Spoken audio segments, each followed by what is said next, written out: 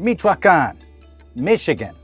At first glance, it's easy to see why people hear and see a connection. But is there? Or do these names simply sound alike for totally different reasons? Over the past few months, many of you have commented about the relationship between Michoacán and Michigan.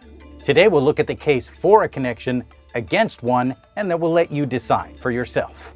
Some of you are positive they're not just related, they're the same.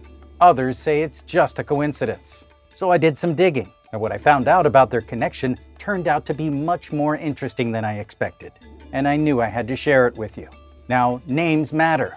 They tell us about the people who coined them, the land they knew, the languages they spoke, and the journeys they took. That's why a simple question about two names can lead to a much bigger story. Now let's start with Michoacán. Even though its spelling has been adapted into Spanish, the name Michoacán actually comes from Nahuatl, the language associated with the Mexica and other Nahuatl peoples of the Valley of Mexico. The form usually given is Michoacán. Now, I'll be pronouncing names and words from different indigenous languages from all over the American continent. And while I'll do my best to pronounce them all respectfully, I might not get every sound right. Now, if you know the correct local pronunciation for those names, write it out phonetically in the comments. That way we all learn. According to UNAM's Gran Diccionario Nahuatl, the name Michoacán is connected to fish, or people who have fish, giving it a meaning along the lines of the place of the fisherman or the place of the people who have fish. But there's a bit of a twist. The dominant people in the area we know today as Michoacán were the Purépecha. They didn't speak Nahuatl. They spoke their own language, considered a language isolate. And they remained independent, famously resisting dominance by the Mexica. So if the Mexica never conquered the Purépecha, why are we using the Nahuatl name Michoacán? Because by the time the Spanish arrived, Nahuatl had already become one of the most widely used languages across much of central Mexico. Merchants, diplomats, allies, and rivals all knew the Purépecha kingdom, and many referred to it by its Nahuatl name, even though the Purépecha were independent. And when the Spanish arrived, they relied heavily on Nahuatl allies and Nahuatl interpreters.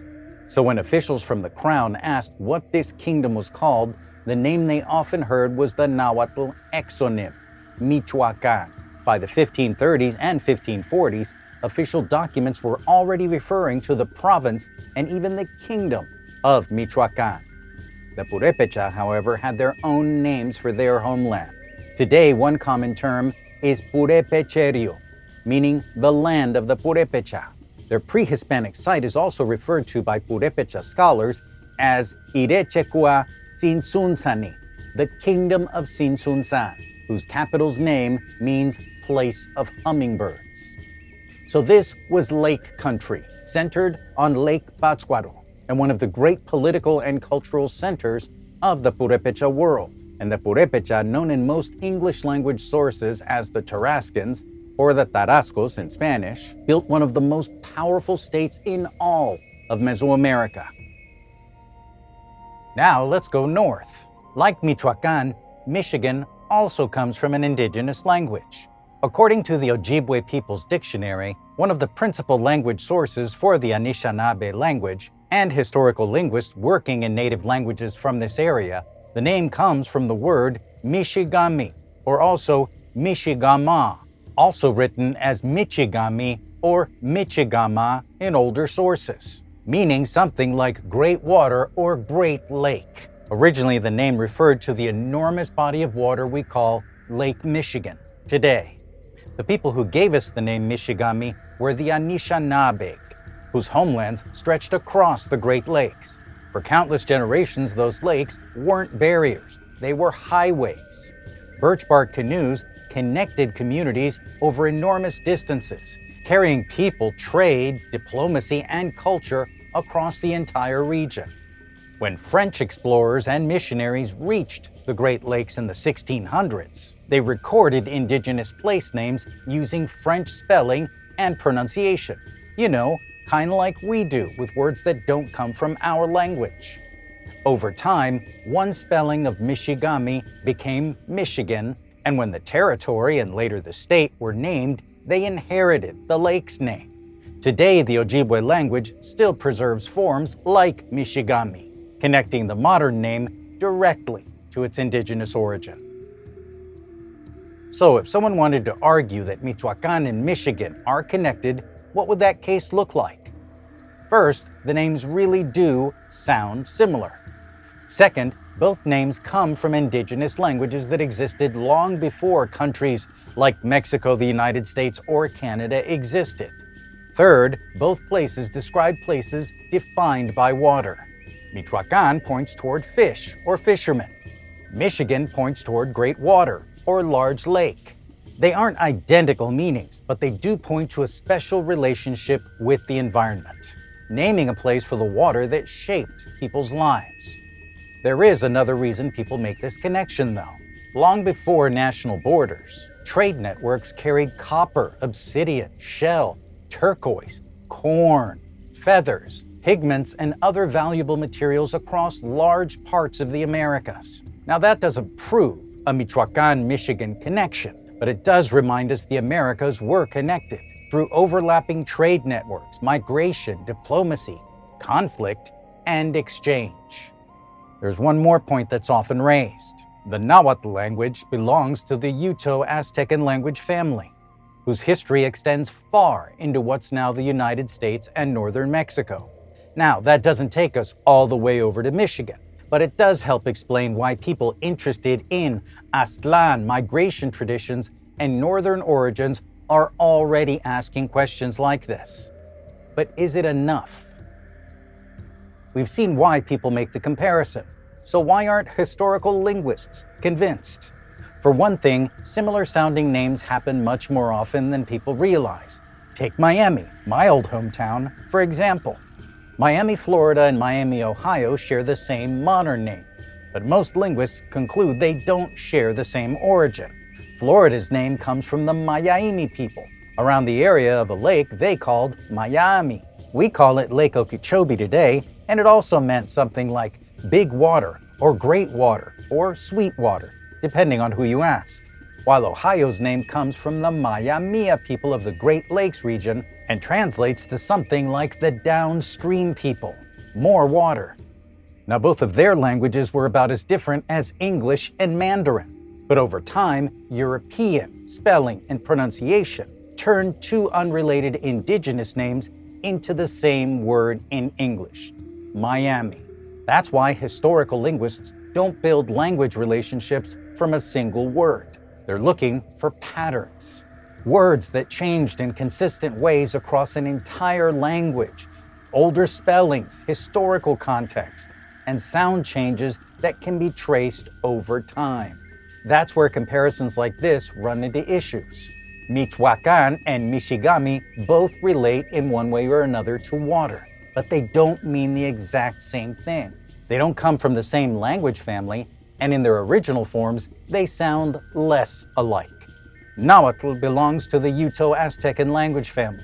Ojibwe belongs to the Algonquian language family. And I wasn't able to find any accepted linguistic research that Michoacán and Mishigami come from the same original word or same original language. And believe me, I looked. That doesn't mean that someone won't discover new evidence tomorrow. It just means I couldn't find evidence supporting that conclusion today. And there's another reason to be careful. Neither name comes to us now as it was originally spoken. Michoacán comes to us through Spanish, spelling and pronunciation, and Michigan comes to us through French and later English. So we're essentially comparing names that have been filtered through European language systems. There's another point that people often bring up when comparing different indigenous cultures: oral tradition. The Nahua have migration traditions associated with places like Aztlán in the Valley of Mexico. The Purépecha have their own traditions about the origins of their people and kingdom. The Anishinaabe, including the Ojibwe, Odawa, and Potawatomi, have a well-documented oral history tracing their migration from the Atlantic coast westward along the St. Lawrence River to the Great Lakes region. In researching this video, I wasn't able to find any accepted oral tradition connecting the Nahua or the Purépecha with the Anishinaabe people in a way that explains the similarity between Michoacán and Michigan. Now, if you do have this information, share it with us in the comments below. And please give us specifics so we can go down that rabbit hole with you. I'll list my sources in the description, so please do the same. One last thing, some viewers might be thinking of something even older, the original peopling of the Americas. Most archaeologists and geneticists agree that at least one major migration entered the Americas from the north through Beringia during the last ice age, with people reaching areas south of the ice sheets roughly 15 to 20,000 years ago. And people spread throughout North and South America. And that's a fascinating subject, and I'm already working on future videos about ancient migration theories. But it's a very different question from whether two place names recorded within the last 1,000 years share the same origin. Based on the evidence we have today, most linguists and indigenous language specialists do not consider Michoacán and Michigan to be directly connected. Different languages and different histories, but not a silly question. Far from it. Whether Michoacán and Michigan are directly connected or not, this reminded me of something much bigger. The indigenous history of the Americas that has survived did so against incredible odds. Most of it was deliberately erased during conquest and colonization. History also disappeared as languages declined, communities were displaced, and countless records were lost and destroyed. Every surviving place name, every oral tradition, every codex, every language that's still spoken today gives us another piece of a much older story. Not because Michigan and Michoacán share an ancient mystical connection, but because your comments became an opportunity to learn about the Purépecha and the Anishinaabe, two remarkable stories I probably wouldn't have explored otherwise. And for that, I have to thank you and your comments. If you enjoyed this video, I think you'll also love the videos on Aztlán and Chicomostoc, because they explore the same questions, like where do these stories come from? How much history is hiding in them? And what does the evidence actually tell us? You know, around here, I'm not interested in being some overzealous YouTube professor in a hat yapping at you. So I learn the stories, share them with you, and then we keep the conversation going in the comments down below.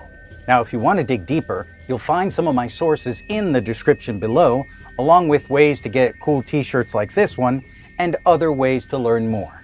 Until the next video, friend, I'm Andrew, and I thank you for watching. Adios.